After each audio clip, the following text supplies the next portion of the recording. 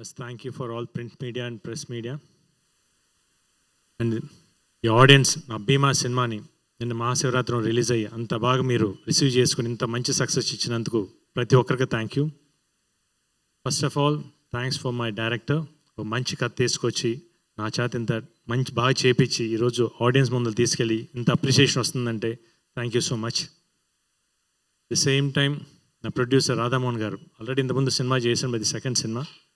శ్రీధర్ గారికి రాధామోహన్ గారికి special thanks. ఎందుకంటే ఈ సినిమాకి కావాల్సినంతా ఇచ్చి ఎక్కడ కాంప్రమైజ్ అవ్వకుండా సినిమాని అంత మంచి అవుట్పుట్ తెప్పించినందుకు చాలా థ్యాంక్ యూ అండి.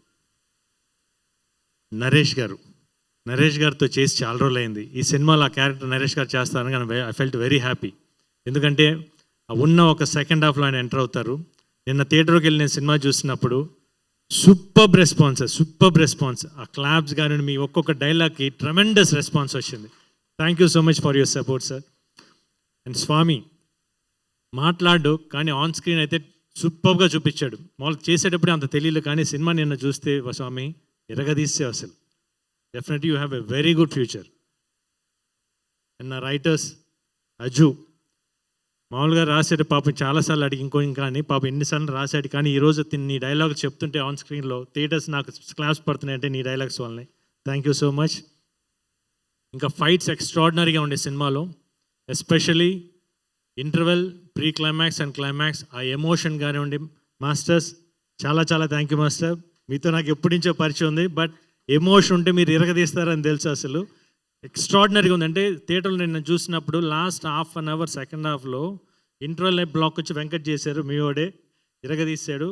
ప్రీ క్లైమాక్స్ అండ్ క్లైమాక్స్ అయితే ఆ హాఫ్ అన్ అవర్ అట్లా క్లాప్స్ పడతానే ఉండే master, whistles. Thank you so much. The same time art director చాలా బాగా చేశారు, థ్యాంక్ యూ అండి. ఇంకా నా music director extraordinary, superb, one of the backbone for this movie. Harsha ఎంత బాగా తీశాడు, తను తీసిన సీన్స్ ఎలివేట్ చేసిన విధం ఎక్స్ట్రాడినరీ చేశారు Ravi boss. Thank you so much. The same time ఈ సినిమాని సపోర్ట్ చేసిన ప్రతి ఒక్కరికి థ్యాంక్ యూ.